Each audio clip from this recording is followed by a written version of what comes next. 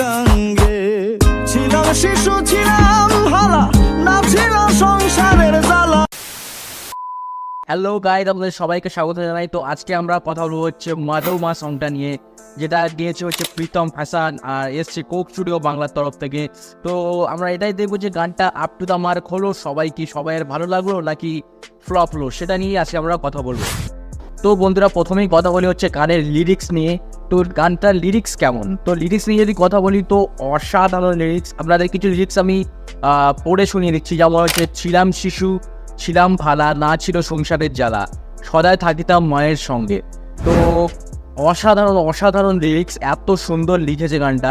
ঠিক আছে, গানটা লিখেছে মানে এটা একটা রিমেক, আগে একজন গিয়েছে এবং তারপরে আরও একটা এই গানটা আবার রিক্রিয়েট করা হয়েছে।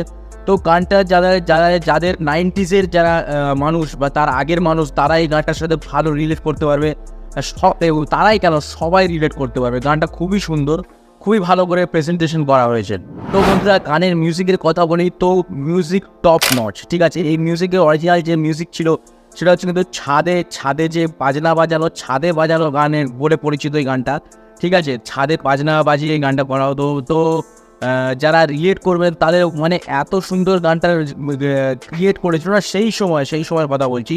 তো সেই সময় এত সুন্দর ক্রিয়েট করেছিল, আবার রিক্রিয়েশনটাও তো ভাই প্রীতম ভাই তো জাস্ট জমিয়ে দিয়েছে গানটা। ঠিক আছে করে, আর শুধু গানের কথা আমি বলবো না, গানের সাথে আরও কিছু কথা আমি বলতে চাইবো। যারা সেট ডিজাইন করেছে, যারা কাস্টিউম ডিজাইন করেছে, তাদের অসাধারণ খুব সুন্দর কাজ। আপনার সেটটা আপনারা যখন দেখবেন না, মানে আলাদাই একটা অ্যাম্বিয়েন্স। ঠিক আছে, আর যখন যারা কস্টিউম ডিজাইন করেছে দারুণ, কাস্টিউমগুলো এত সুন্দর কাস্টিউম পরে আছে না, তো এত সুন্দর বাঙালিয়ানার যে ছাপটা সেটা কিন্তু রেখে যায় এই সংটার মধ্যে। আপনারা শুধু সং শুনতে আসবেন না, পুরো জিনিসটাই আপনারা লক্ষ্য করবেন তো বুঝতে পারবেন যে একটা বাঙালিয়ানার কত সুন্দর একটা ছাপ ফেলে গেছে, বাঙালিদের জন্য স্পেশাল তৈরি করা হয়েছে। প্রীতম ভাই এবং সাগর দেওয়ান দুজনে কিন্তু গানটা গিয়েছেন। এবং সাগর দেওয়ানের কথা বলবো যে ওনার যে গান গাওয়ার যে স্টাইল, ওনার যে ভয়েস, এত স্পষ্ট উচ্চারণ, আপনি যখন গানটা শুনবেন আপনারা বুঝতে পারবেন যে এত স্পষ্ট ওনার উচ্চারণটা, এত স্পষ্টভাবে শোনা যায়। অনেক সিঙ্গার হয় যে গান করে মানে কিছু লিরিক্স বোঝাই যায় না, এমনভাবে মানে গানটা করে, কিন্তু সাগর ভাই এখানে এত সুন্দরভাবে গানটা গেয়েছে। প্রত্যেকটা গানের প্রত্যেকটা লিরিক্স, প্রত্যেকটা ওয়ার্ড কিন্তু আপনারা স্পষ্টভাবে শুনতে পাবেন। ওনার ভয়েস কোয়ালিটি, ভোকাল কোয়ালিটি এত সুন্দর, আমার দারুণ লেগেছে। ওনার ভয়েস কোয়ালিটি ম্যাচ করা অনেক সিঙ্গারের পক্ষেই কিন্তু মানে কঠিনজনক ব্যাপার একটা। বন্ধুরা, একটা কথা বলতে চাইবো যে বাঙালির মতো এত সুন্দর আবেগ নিয়ে কিন্তু কেউ কিন্তু গান করতে পারে না। আপনারা যদি যারা অন্য সিঙ্গার দেখবেন, আমি স্পেশাল নিজে বাঙালি হয়ে বলছি, আমি নিজে বাঙালি বলে পড়াই করে বলছি না, কিন্তু এটা কিন্তু সত্যি কথা যে বাঙালির মতো আবেগ নিয়ে কিন্তু কেউ গান করতে পারে না। গান তো সবাই করে, কিন্তু একটা আত্মা থেকে যে গান করা, যেটা ভিতর থেকে যে সংটা করা, গানটা করা, তো সেটা একমাত্র কিন্তু বাঙালিরাই পারে। ঠিক আছে, মডার্ন গান, র্যাপ গান, আরও অন্য ধরনের যা মিউজিক আছে সেই গানের সাথে সাথে এই গানগুলো কিন্তু রিপ্রেজেন্ট করা খুব ভালো প্রেজেন্টেশন, আমার খুবই ভালো লাগে। ঠিক আছে, কোক স্টুডিও বাংলা সবসময় একটি ইউনিক জিনিস নিয়ে আসে।